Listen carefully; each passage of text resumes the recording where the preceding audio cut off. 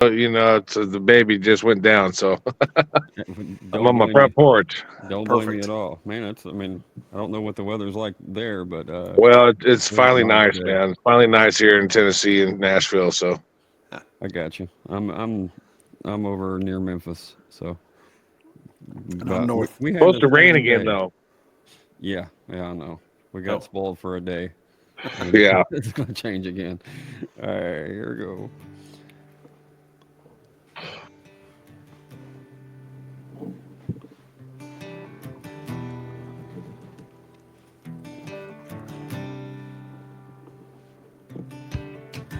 It was Texas, it was Tennessee.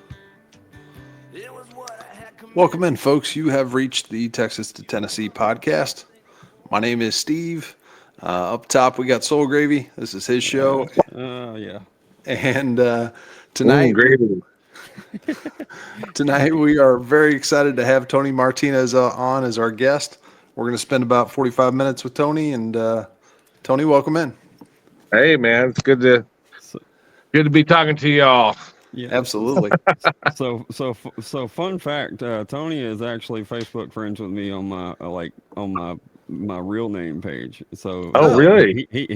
I reached out to you with I knew that like Chris is my name, and so cover Tony's blown. unfamiliar with the TikTok soul gravy thing. So Right. so anyway, Yeah, there you um, go. That explains it. yeah. There you go. All right. Well, everybody, this is Chris above us, up top there, also known as Soul Gravy. All right, But there we go. thanks for being here.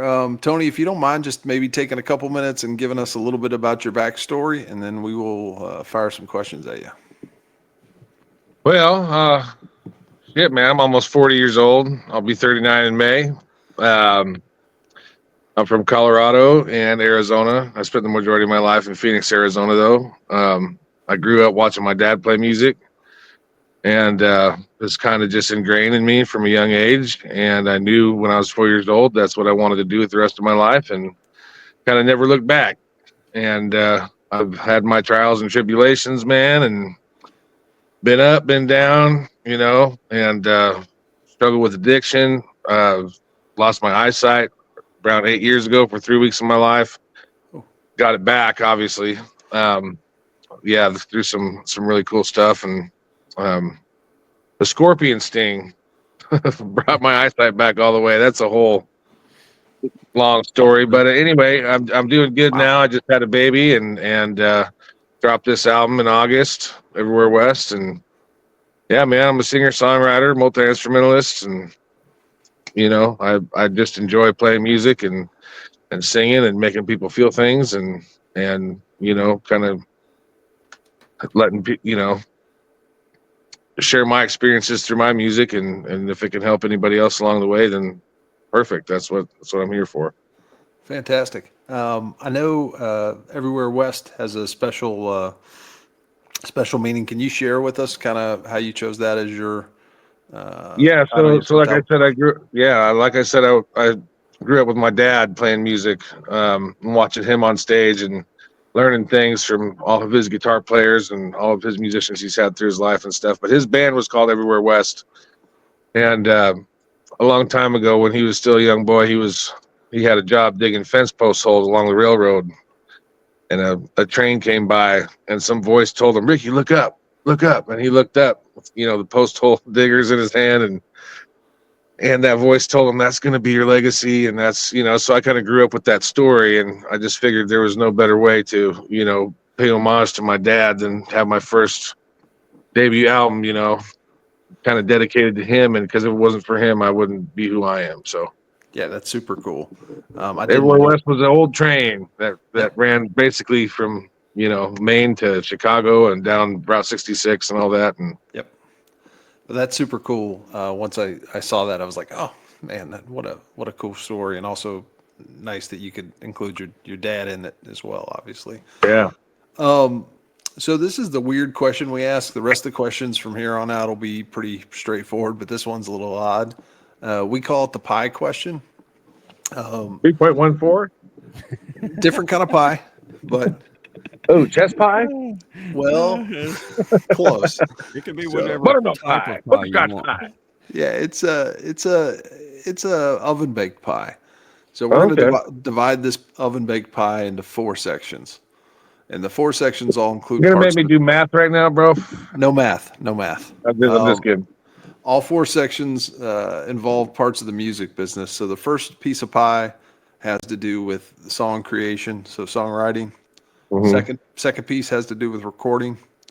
Third piece is performing, and then the fourth piece is everything else that goes into running your business, your own individual music business.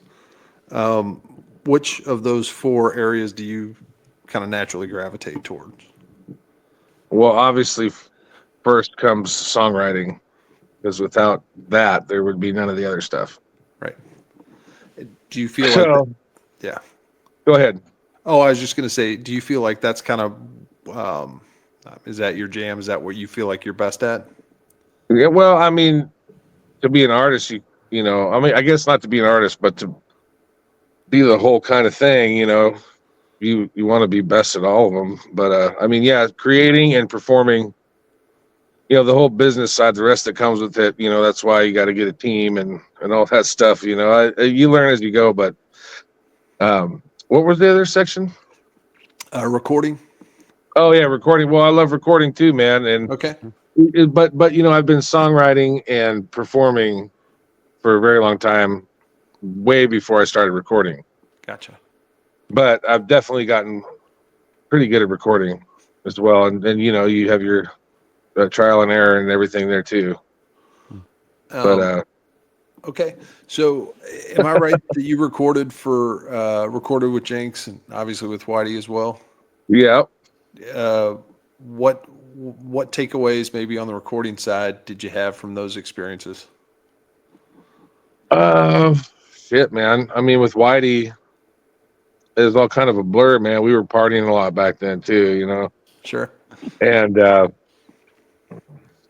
I mean, it's just the natural progression, I guess, of every time you go into the studio, whether you're recording with someone else or for yourself, you learn the better tricks or how to get better tones or how to, what to do, what not to do next time or whatever. So it's just kind of a process every time. Anyway, but I mean, just have fun, man. You're definitely under a microscope and you want to get the parts right and everything, but just have fun, man. I mean, Yeah, that be makes sense. yourself. Be yourself what- for everything that you do. That's what I was thinking. They brought you, you probably have to remind yourself they brought you there because you're you. Yeah, I guess. Or available or cheap. Or Yeah, well, something, no, there because might of be- me. Well, those were some fun days. There was a long time where Whitey and Cody were running together, playing a lot of shows. I was know there, man. I was those there were for all fun that. days. Yeah, for sure. Oh yeah, a lot of fun. Yeah. Well, Yeah, that's man. where We'd run around doing 250 plus dates a year, man, together. And then we'd go to baseball games or football games or go to the bar and watch football games all together. And of Right. course, Whitey doesn't give a shit about football, so he didn't go. But Cody loved that shit. He's just riding his bike, right? Yeah. Well, that's where you came across my radar in Memphis. I want to say you opened for Whitey twice in Memphis, if I'm not mistaken. You opened and then played in the band. Yeah. Double duty. Yep. So that was of course that stood. I mean, I guess you gave the same amount of energy in the opening spot as you did in the band. I mean, you were with the harmony parts and the. You know what I mean? You were involved in all of it. So Yeah, man. I mean, I take it seriously, but not too seriously. I mean, I take music seriously. The performing part's fun, and when the crowd gives you that energy back, it's just this mutual thing. And you want to try to put on your best performance all the time. So that's what I like to do. understood. But you don't. I don't see the double duty thing too often. Every now and then it Yeah. happens, but not too often. At least at shows I've been to. So, like I said, that stood out. There was I was actually when you were talking about that, I was trying to remember which venues that was and what year period that was, and I can't even remember at this point in time. Yeah, many years ago. Many years ago. I'm pretty sure Already. I saw y'all with, so it was Whitey and Cody and Coulter in Raleigh, North Carolina. Oh yeah. Oh, I That was- remember that. That was fun. Yeah. Lincoln Theater or something. Yeah.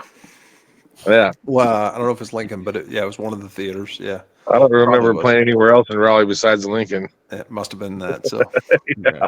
yeah, that was a fun show because not at that point, not everybody was, or at least not everybody was as familiar with Coulter as they became. Yeah, it's, Yeah, I think he was like 19 or Yeah, he 18 was at the young. time. Yeah, for Yeah. sure. Yep. Yep. So even as far as back then, you were cutting and making original music. Yeah. Kind of when did, I mean, it's kind of a generic question, but when did you start that? Were you a cover guy first and then kind of started writing songs, No. or you're writing songs? I've always written songs, man. Through every school that I went to growing up, I always tried to find other musicians and make bands.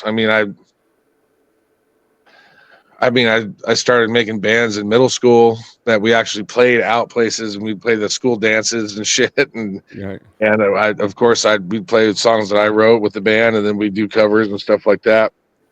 And I was always writing from as soon as I could figure out when I taught myself how to play guitar, and I could always sing, and that was never an issue. I mean, I just practiced my ass off on guitar, and I would listen to old Queen records and old bluegrass records and old Beatles records, and then figure it out. I'd sing it and figure out where it was, and I started, taking all those things and kind of making up my own songs through that at a very young age. So I was always had the drive to create, you know what I mean, and create something original. So I've always been doing that. I have been in bands where we played covers, tons of places and shit like that too. So Right. yeah, Yeah. it's I always got you. writing.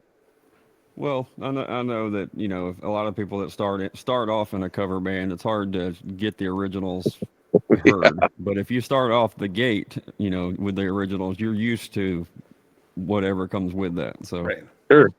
yeah, you got one?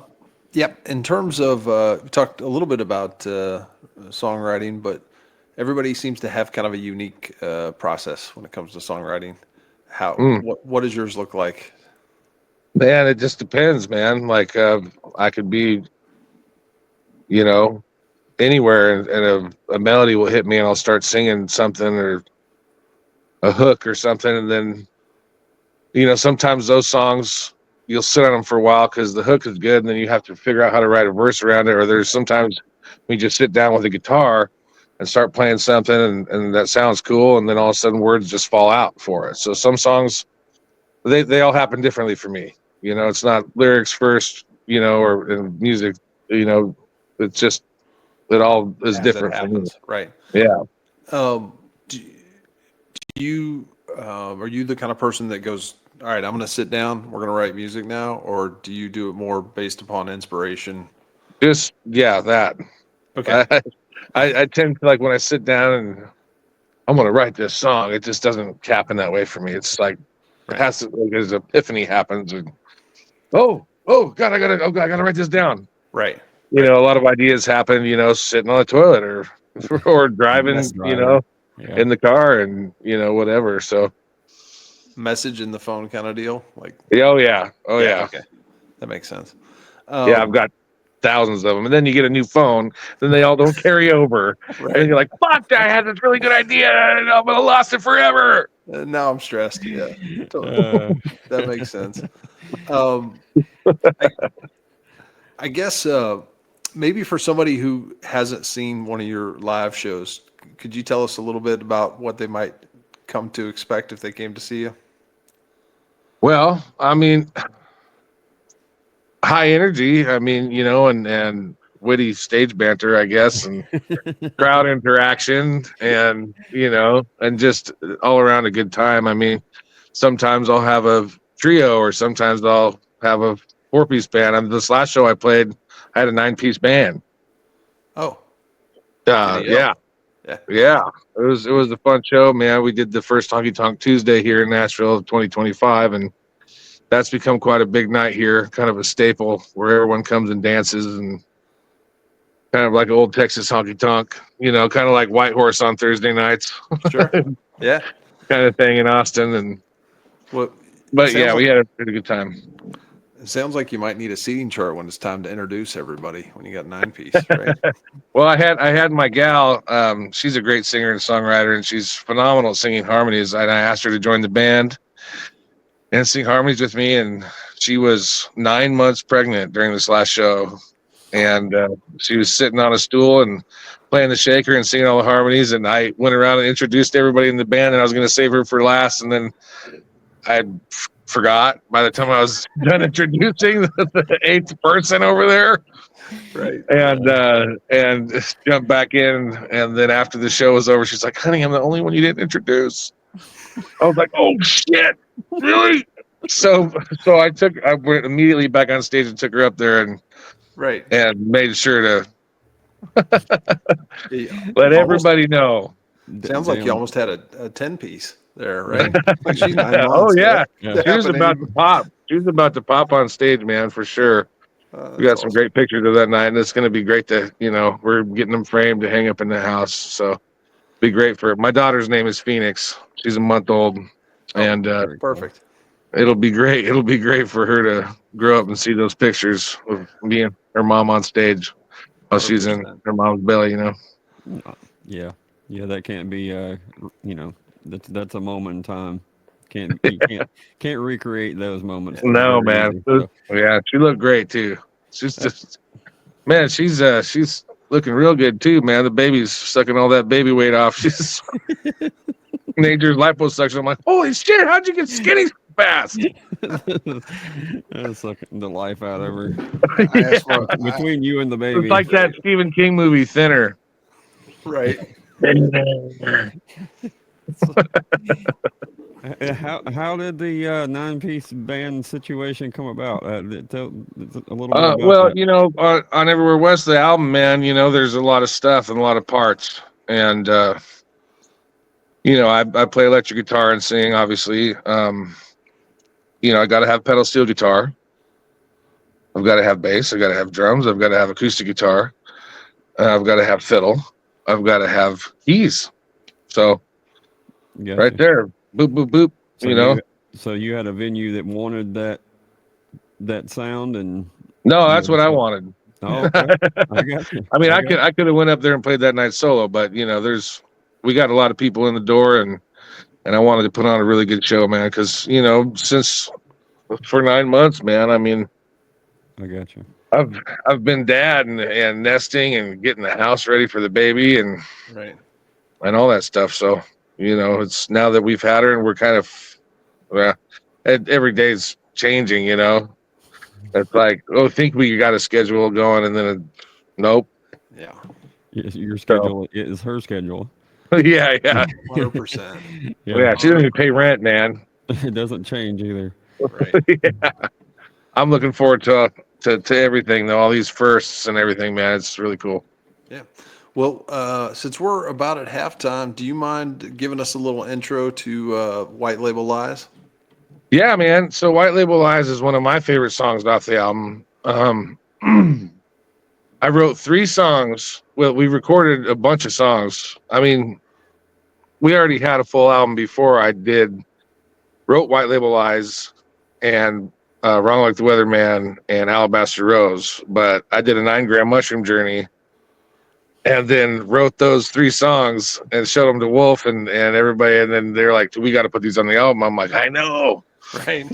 So the White Label Lies, man, is I was at a bar with my buddy Alex Lyon, who plays bass for Whitey, drinking Parley now, and with me and all that. I'm trying to steal him away from everybody, but I got to get the big gigs first. Understand. No, but he's been my really good buddy for a long time, and we were sitting at Wilburn Street Tavern down here in Nashville, East Nashville, and I saw this bottle of whiskey behind the bar. It said Truth with the white label, and I was like, yeah, right, man, it's a bottle full of lies. There you go. And he looked at me like, and I was like, oh, that is, oh. And I was like, White Label Live, man, that's a cool name for a song. And then I think, after I did that mushroom, I had it in my back pocket. And after I did that mushroom journey, it just all fell out. You know, it's kind of about how I grew up watching my dad be a honky tonk dude. And I mean, you know, how my mom would wake me up and go looking for him, and he'd be parked behind the dumpster of his favorite bar to hide in his truck, you know, so my mom couldn't find him. And She knew the tricks. oh yeah. So, you know, and it's about me too, man. You know, it's just about growing up with that and then becoming that as well. So, I mean, it's one of my favorite songs off the album, like I said, but yeah, spin it up. All right, let's give it a listen. Here we go, man.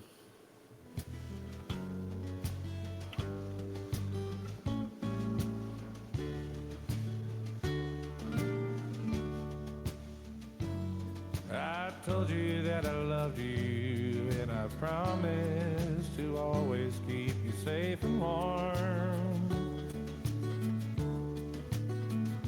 But every night you're up and waiting by the phone, 'cause I said that I would call, that I was coming home.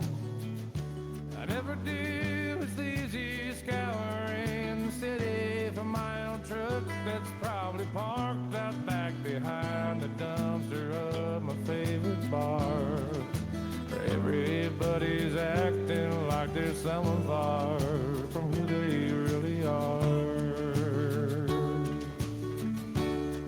You're living 100 proof. White label life. Baby, you know that is the truth. I can see it in your eyes. Honey, there's no doubt about it. It's time we said our goodbyes.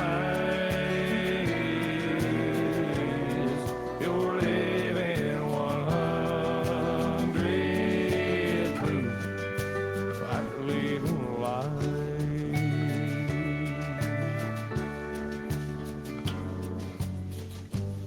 Now let me tell you something, baby, that I just learned today.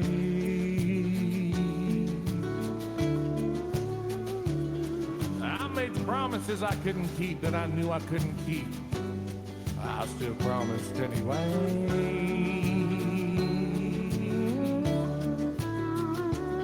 I don't much believe in luck. I really never had none of my own. If I did, there's a good chance that we still wind up all alone. I'll apologize tomorrow for the things I did today. I'll never mean to hurt you, but I always find a way.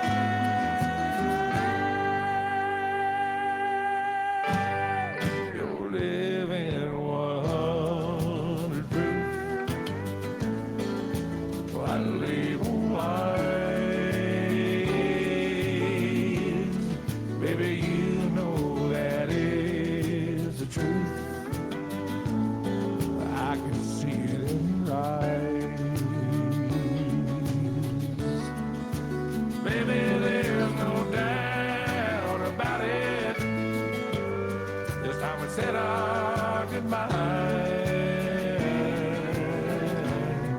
You're living 100 proof. White label lies. You're living 100 proof. White label lies. White label lies. White label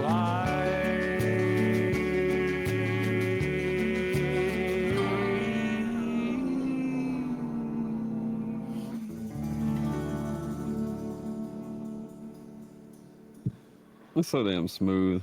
Yeah, that's a great track, man. Yeah, well, you can thank me for choosing it. Oh, hey, Oh, we got to get it back on. Hold on. I'm professional. Oh, there we go. There. I was saying I haven't listened to it in so long. I was listening to it. I was like, oh, that's pretty good. You should be proud That of was it. a pretty good song. When you, that is a question that I find interesting sometimes with folks. I know recording can be a quick process or and be a capsule of time or whatever. When you hear your music like that, what do you think about? Do you pick it apart, or you remember the people playing, or what's the? Yeah, I mean, that's another thing that I was just hearing too. I was like, well, I would have done this different. Well, would have done that different. Well, would have done that different. Well, I could have done that better. Oh, I could have sang that better. But then there comes that time, you got to think, man, it's really cool the way it is, and that's why I released it. Right. I mean, you're always going to be your own worst critic as a writer and an artist. So, I mean, but with the more time that goes by without listening to it and then hearing it again, you're like, shit. You forget all of those things that you were so nitpicky about after listening to it over and over and over, for mixing and mastering. And it's like, fuck, I'm sick of these songs, man. I fucking wish I would have done this, wish I would have done that. But then time goes by, it's like, it's pretty good the way it is. Yeah. Well, and the beauty of it is if you want to make changes to it, you always change it in your live show, right? Exactly. Yeah. I mean, that's, Yeah. I think people sometimes, as a fan, it's easy to forget and be like, hey, this is where that song was when it was recorded. You could continue that process forever and not ever get it finished, but we need a snapshot of it, and that's what it was. So that was great. Yep, absolutely. And we did that one. I cut that one with the other two I was talking about, Alabaster Rose and Wrong with Weatherman at East Iris Studios. And we did as much of it live as we could. So me, drummer, and Alex, and I finger picked the guitar. It was my dad's first guitar, his nylon string guitar that he got when he was 14. So I played that one on it. That's the nylon string guitar you hear finger picking on that. And we did those three things live. And and Peter Keys on the keys. So we did those. We tracked that 4 people live, and then I went back through and barely did any. I'm brain farting, but barely recorded anymore on it. Forgot the sound I'm trying to use. Is that a stage name or is that his actual name? Who, Peter Keys? Yeah. Oh, that's his stage name. I can't remember his last name. It's some kind of Polish name or something. Well, no, whatever. Probably Ramirez. Peter Keysowski. Right. No, it's probably Ramirez. But it is interesting. Lopez. Sometimes people get that, like they're born with a name and they end up in a certain industry, and you're like, wow, that worked out well. Well, yeah, I was told a lot that you should change your name, man. You don't look like a Martinez. I'm like, motherfucker, that's my name, man. Right, absolutely. That's my name, dude. You're like Curveball. My name's not really Tony. It's Anthony. Right. So, man, somebody that I've recently been kind of chatting with and maybe headed down to Alabama to his place. I'm assuming you guys. Brett? Yes, sir. Brett Robinson with. Man, I'm pretty proud of what he's doing down there, man. I've been meaning to try to get down there, but I've been a little wrapped up. But we still talk all the time, man, and we text back and forth, and I tell him good job, he tells me good job, and I've been texting him about being a dad and stuff because he's got Ellie, and I remember when he first had her, and she's already big now. It's getting pretty big, and so I've been talking about fatherhood with him a little bit here and there, and he's been sending me some of the projects he's been working on and stuff like that. So yeah, we do stay in touch, and will always be a good friend. Yeah, for those that don't know, Brett played steel for Whitey for a long time as well, but he's got like you said, a really cool thing going down there in Alabama that. Alabama Sound Company. Yeah, I'm gonna try to get down there and maybe we're trying to get some live podcast recorded and show off his place a little bit. That'd be cool. Yeah, he's working hard at it, man, and it shows. And yeah, I'm pretty proud of him for that. A couple people we've had on a while ago at this point. Tim Gooden was one of them. That he recorded with Brett, and I think I may be I'm not 100% sure, but I'm thinking Rich Henderson too said that. So I think so. Yeah, But I either think way, you might be the right. circle started making sense. So that's how, the world starts getting small in some of the music world that I'm starting to figure out. You know what I mean? Everybody kind of knows everybody, and I didn't know that. So Yeah.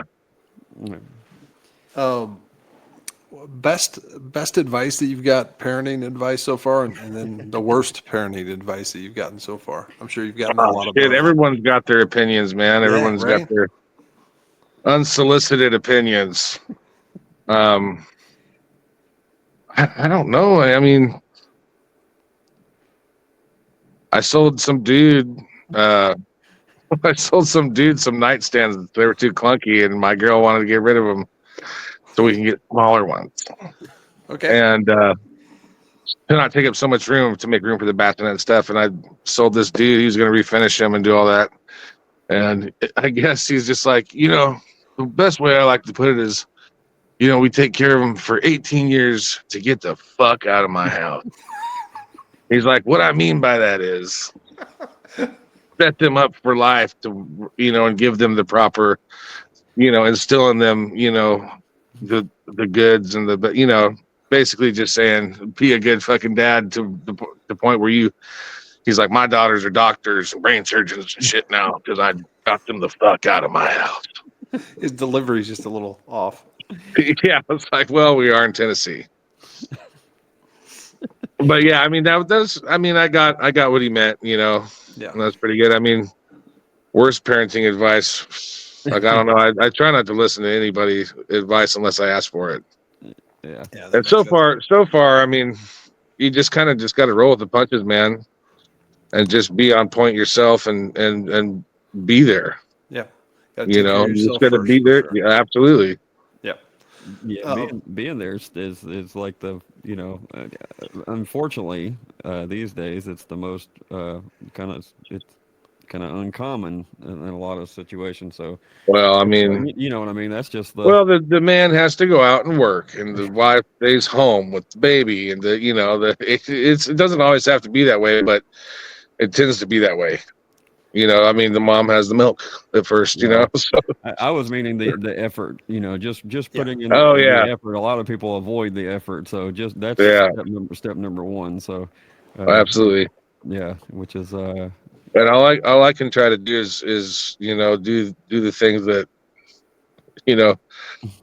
my dad didn't do that I wish he would have. I'm not saying he didn't. I mean, he was there a lot, but he was gone a lot too, Sure. just working his ass off and shit like that too. So just whole learning process Absolutely. throughout our whole lives. Well, since we're on the topic of advice, let's talk about advice that you've gotten in the music business. Maybe some that's been really helpful, and then maybe something that, maybe just something you disagreed with. Somebody gave you advice, and then you got down the road a little further and go, you know what? That wasn't great advice. Well, You don't have to name names, but no, I mean, there's been people that I've been told that you're not old enough, you don't have credibility yet. When I was in my 20s, and it's like, motherfucker, dude, I've been doing this my whole life, and you get, like I said, everyone's got their unsolicited advice and shit. But I mean, right. no matter what opinions, huh? I don't know, man. It's all been kind of one big blur, man. I mean, Is there anybody that maybe you go to kind of as an unofficial mentor, or somebody that you kind of look up to, maybe when you get in a pickle and you're like, this is somebody who I know will shoot me straight? I mean, my dad. Okay. Too. My dad for sure. I mean, really, because who else is really your friend like your dad if you grew up that way, and Sure. and him did. So, and a lot of people are afraid to shoot you straight in the first place anyway. Right. But yeah, I'd say my dad, man. I mean, Cool. anybody else? I mean, everybody's story is different, man. Everyone gets there kind of a little bit different way, so. Well, he understands the music side too, which is not always. And I mean, some advice that I ignored growing up was like, "Hey, man, don't party too much." You know, and We've all just been there. now, and from my mid 30s to almost 40, it's like, wow, man, I should have listened to that shit. Because I probably would have been further than I am now, you know, for sure. You know, I mean, because I think when you're in that party mode all the time and just Just keep rolling. you can't see the certain opportunities that are laid out in front of you Sure. and to be like, oh, I should do this, or you're just kind of one track mind. So, That makes sense. Yeah. you know, I never thought about it that way. But as far as if you're in the middle of the party, you don't see the other opportunities. yeah, and then you can blow them. You know, I'm sure I've blown quite a few. Well, goodness, I had a question, and then no, I was just going to make a comment. You were talking about the age and having the baby now. Yeah. We, not advice, but I know you know this, especially now since she's here. You can't be selfish anymore, like you're talking about. You know, you can. Oh yeah. Most of your life you've been able to do whatever the hell you wanted to do, Hmm. and now, Everything's for her. when dad and mom happen, all of a sudden, now you're revolving around. She's got you around the little finger. So Oh yeah. Well, it's only the best for me anyway. it You know what I 100%. mean? I think it happened at the right time for me, and especially with this album dropping, and now I'm quit drinking and that a while back, and I still smoke a little weed, but maybe before bed. But I mean, I'm working my ass off, man, and trying to take all those opportunities that I see now with a clear head, and Very cool. it's really rewarding, and she's definitely, I think she saved me, man, for sure. Yeah. Well, that's what I was. I guess that's what I was meaning. As far as it makes you be less selfish in a great way. Yeah. The best I can be, man, is how I want to be for her. Yes, sir. Are we ready to get to Yeah. a little rapid fire? Yep, sounds good. All right. So we'll do rapid fire. It's a few questions, and then we will get to the most important question of the evening, which Soul Gravy will ask. So, Right. all right. Okay. Spotify Wrapped came out, 2 months ago. I don't know if you listen to Spotify or Apple. I rarely listen. I rarely listen to music. Like, I mean, I still write all the time, and me and my buddy Elijah Ocean have been working on some music and writing and stuff. So, yeah, I try not to listen to anything unless it's already on the radio or.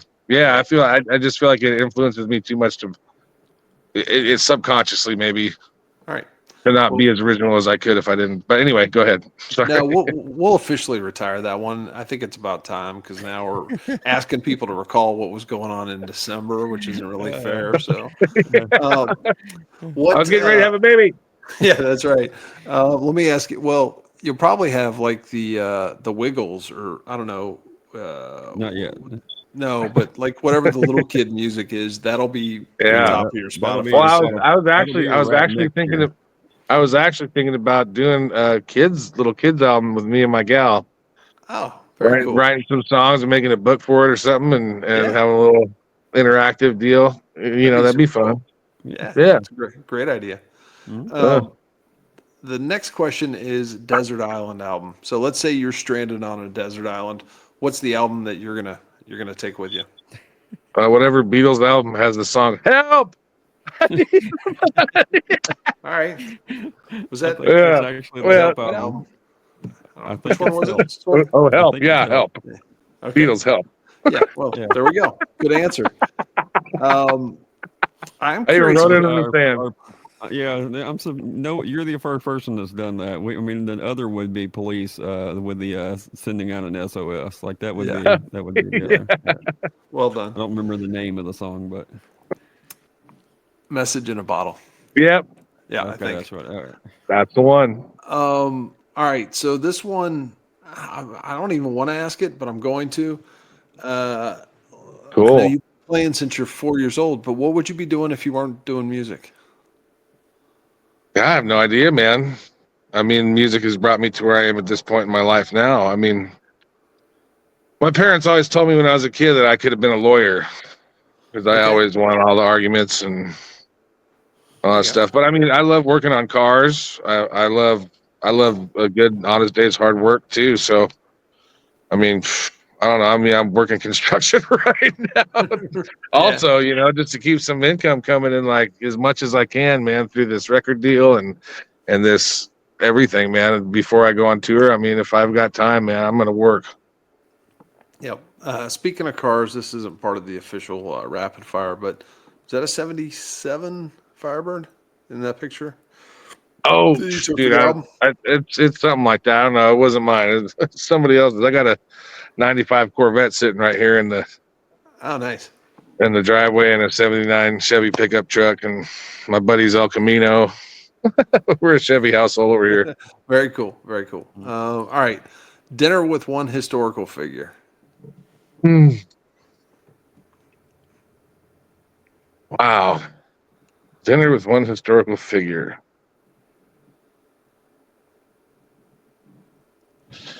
There's a lot of historical figures going through my head right now. It's a big list. I know it's hard to. Ah, man. I don't know, man. I mean,